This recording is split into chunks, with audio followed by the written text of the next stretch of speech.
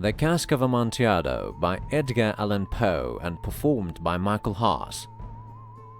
The Cask of Amontillado. Fortunato had hurt me 1,000 times, and I had suffered quietly. But then I learned that he had laughed at my proud name, Montresor, the name of an old and honored family. I promised myself that I would make him pay for this. That I would have my revenge. You must not suppose, however, that I spoke of this to anyone.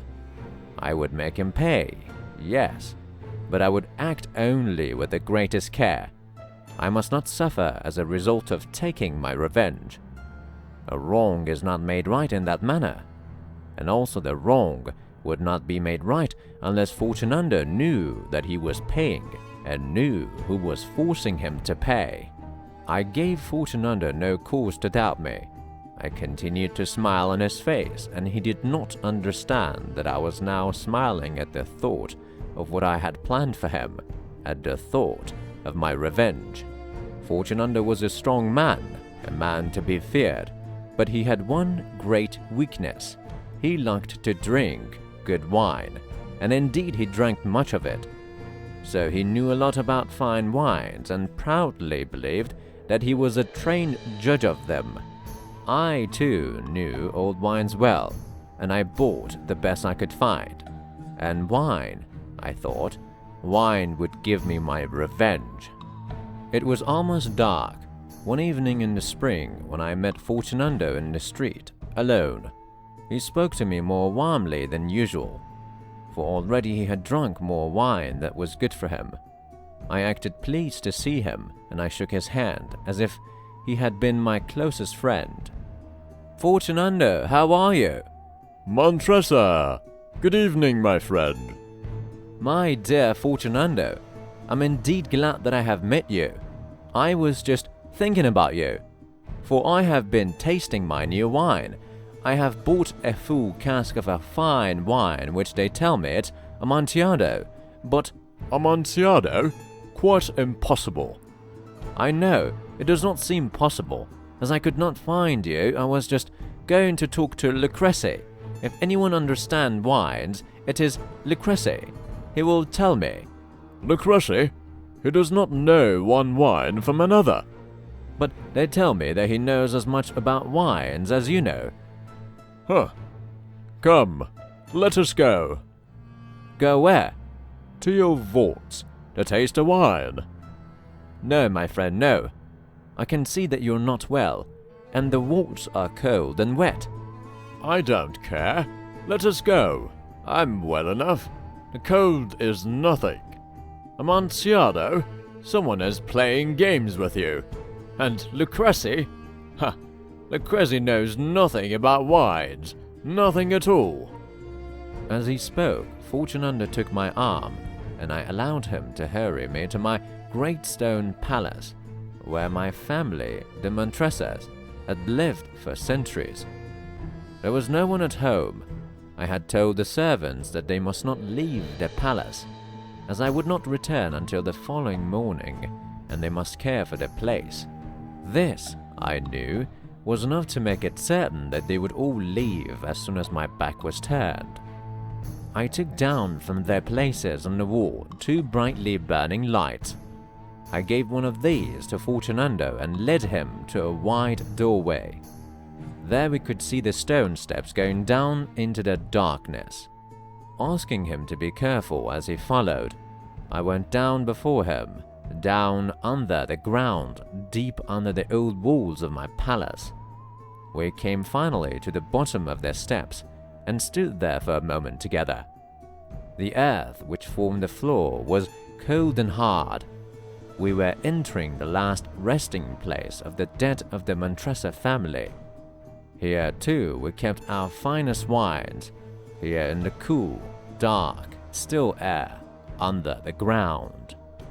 Fortunato's step was not sure, because of the wine he had been drinking. He looked uncertainly around him, trying to see through the thick darkness which pushed in around us. Here our brightly burning lights seemed weak indeed, but our eyes soon became used to the darkness. We could see the bones of the dead lying in large piles along the walls.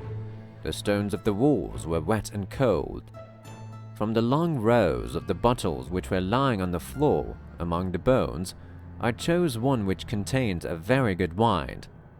Since I did not have anything to open the bottle with, I struck the stone wall with it and broke off the small end. I offered the bottle to Fortunato. "Here, Fortunato, drink some of this fine Medoc. It will help to keep us warm. Drink." Thank you, my friend. I drink to the dead who lie sleeping around us. "And I, Fortunato, I drink to your long life." Huh. A very fine wine indeed. But the Amontillado? "It is farther on. Come." We walked on for some time. We were now under the river's bed, and the water fell in drops upon us from above. Deeper into the ground we went, past still more bones. Your vaults are many and large. There seems to be no end to them. "We are a great family, and an old one. It is not far now, but I can see you are trembling with the cold. Come, let us go back before it's too late." It is nothing. Let us go on. But first, another drink of your Medoc. I took up from among the bones another bottle. It was another wine of a fine quality, the Garave. Again I broke off the neck of the bottle. Fortunato took it and drank it all without stopping for a breath. He laughed and threw the empty bottle over his shoulder. We went on deeper and deeper into the earth. Finally, we arrived at a vault in which the air was so cold and heavy that our light almost died. Against three of the walls there were piles of bones higher than our heads. From the fourth wall someone had pulled down all the bones, and they were spread all around us on the ground. In the middle of the wall there was an opening to another vault, if I can call it that. A little room about 3 feet wide, 6 or 7 feet high, and perhaps 4 feet deep. It was hardly more than a hole in the wall. "Go on," I said. "Go in, the Amontillado is in there." Fortunato continued to go forward, uncertainly. I followed him immediately. Soon, of course, he reached the back of the wall. He stood there for a moment facing the wall, surprised and wondering. In that wall were 2 heavy iron rings. A short chain was hanging from one of these and a lock from the other. Before Fortunato could guess what was happening, I closed the lock and chained him tightly to the wall. I stepped back. "Fortunato," I said, "put your hand against the wall. You must feel how the water runs over it. Once more I ask you, please, will you not go back? No? If not, then I must leave you. But first, I must do everything I can for you." But the Amontillado? "Ah, yes. Yes, indeed. The Amontillado." As I spoke these words, I began to search among the bones. Throwing them to one side, I found the stones which earlier I had taken down from the wall. Quickly I began to build the wall again, covering the hole where Fortunato stood trembling. "Montresor, what are you doing?" I continued working. I could hear him pulling at the chain, shaking it wildly. Only a few stones remained to put in their place. "Montresor, this is a very good joke indeed. Many times we'll laugh about it as we drink our wine together." "Of course, as we drink the Amontillado." "But is it not late? Should we not be going back? They will be expecting us. Let us go." "Yes, let us go." As I said this, I lifted the last stone from the ground. "Montresor, for the love of God!" "Yes, for the love of God." I heard no answer. "Fortunato!" I cried. "Fortunato!" I heard only a soft, low sound, a half-cry of fear. My heart grew sick. It must have been the cold. I hurried to force the last stone into its position, and I put the old bones again in a pile against the wall. For half a century now, no human hand has touched them. May he rest in peace.